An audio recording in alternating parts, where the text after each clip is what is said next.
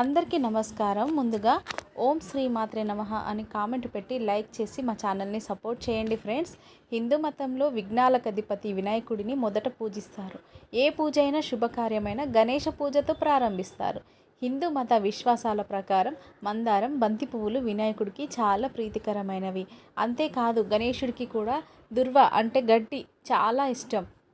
గణేశుడిని ప్రసన్నం చేసుకోవడానికి మందార, బంతి పువ్వులతో పాటు దర్భ గడ్డిని పూజలో సమర్పించండి. అయితే గణపతికి తులసి ఆకులను పూజలో ఉపయోగించరు, నైవేద్యంలో సమర్పించరు. హిందూ మతంలో పువ్వులకు చాలా ముఖ్యమైన స్థానం ఉంది. పూజ, శుభకార్యం, మతపరమైన ఆచారాలు లేదా కొన్ని రకాల కార్యక్రమాల్లో పువ్వులను తప్పనిసరిగా ఉపయోగిస్తారు.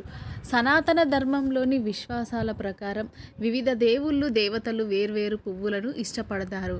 పూజా సమయంలో దేవీ దేవతలకు నచ్చిన పుష్పాలను సమర్పిస్తే వారు త్వరగా సంతోషిస్తారు, కోరిన కోరికలన్నీ నెరవేరుతాయి. ఈ నేపథ్యంలో ఏ ఏ దేవతలకు ఏ ఏ పువ్వులు ఇష్టమో ఈరోజు తెలుసుకుందాం. గణేశుడు హిందూ మతంలో విఘ్నాలకు అధిపతి వినాయకుడిని మొదట పూజిస్తారు. ఏ పూజ అయినా శుభకార్యమైన గణేష పూజతో ప్రారంభిస్తారు. హిందూ మత విశ్వాసాల ప్రకారం మందారం, బంతి పువ్వులు వినాయకుడికి చాలా ప్రీతికరమైనవి. అంతేకాదు గణేశుడికి గడ్డి అంటే చాలా ఇష్టం. గణేశుడిని ప్రసన్నం చేసుకోవడానికి మందారం, బంతి పూలతో పాటు గడ్డిని పూజలో సమర్పించండి. అయితే గణపతికి తులసి ఆకులను పూజలో ఉపయోగించారు, నైవేద్యంలో సమర్పించారు. శివుడు సృష్టి లయకారుడైన శివుడిని ప్రసన్నం చేసుకోవడానికి ఉమ్మెత్త పుష్పాలు, తెల్లని నాగకేసర పుష్పాలు, పారిజాత పువ్వులు, తామర పువ్వులతో పాటు బిల్వపత్రాలను సమర్పించండి. అయితే శివుని పూజలో తులసి, మొగలి పువ్వులను ఉపయోగించవద్దు. విష్ణు పురాణాల కథల ప్రకారం తులసి విష్ణువుకు చాలా ప్రియమైనది కనుక విష్ణు పూజలో ఖచ్చితంగా తులసిని ఉపయోగిస్తారు. శ్రీ మహావిష్ణువుకి తామర పువ్వులు, మల్లె పువ్వులు, కదంబ పువ్వులు, వైజయంతి పుష్పాలు అంటే చాలా ఇష్టం కనుక విష్ణుమూర్తి అనుగ్రహం కోసం ఈ పువ్వులను ఉపయోగించండి. లక్ష్మీదేవిని సంపద, ఐశ్వర్యానికి దేవతగా పరిగణించబడుతుంది. లక్ష్మీదేవి కొలువై ఉన్న ఇంట్లో ఐశ్వర్యానికి లోటు ఉండదని నమ్మకం. ముఖ్యంగా లక్ష్మీదేవికి తామర పువ్వు అంటే చాలా ఇష్టం. లక్ష్మీదేవి అనుగ్రహం పొందడానికి పూజలో తామర పువ్వులను సమర్పించండి. తామర పువ్వులు అందుబాటులో లేకపోతే లక్ష్మీదేవికి గులాబీ పువ్వులు కూడా సమర్పించవచ్చు.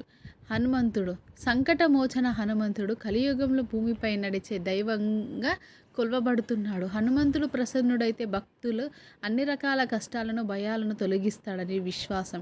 హనుమంతుడిని ప్రసన్నం చేసుకోవడానికి ఎర్రని బంతిపూలు, ఎర్ర మందార వంటి ఎరుపు రంగు పుష్పాలను హనుమంతుడికి సమర్పించండి. దుర్గాదేవిని అమ్మలగన్న అమ్మగా భావించి ఆరాధిస్తారు.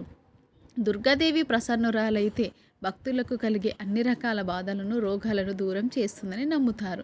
దుర్గాదేవి అనుగ్రహం పొందడానికి గులాబీలు, మందార వంటి ఎర్రటి పువ్వులు సమర్పించండి. గౌరీదేవి శివునికి ఇష్టమైన పువ్వులే అంటే ఉమ్మెత్త పుష్పాలు, తెల్లని నాగకేసర పుష్పాలు, పారిజాత పువ్వులు, తామర పువ్వు గౌరీదేవికి కూడా ప్రీతికరమైనవి. అంతేకాకుండా తెల్ల కమలం, సంపంగి పుష్పాలు కూడా గౌరీదేవికి ఎంతో ప్రీతికరమైనవి. శ్రీకృష్ణుడికి కుముదం, కలవారి, మాలతి, పలస, వనమాల పువ్వులంటే చాలా ఇష్టం. బాలగోపాలుడికి తులసి దళాన్ని నైవేద్యంగా పెట్టడం చాలా శుభప్రదంగా భావిస్తారు. సూర్యనారాయణుడు ప్రత్యక్ష దైవం. సూర్యనారాయణుడు గౌరవం, విజయాన్ని అందిస్తాడు.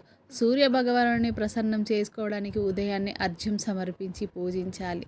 సూర్య భగవానుడికి మందార, ఎర్ర కమలం, ఎర్ర బంతి పువ్వులను సమర్పించండి.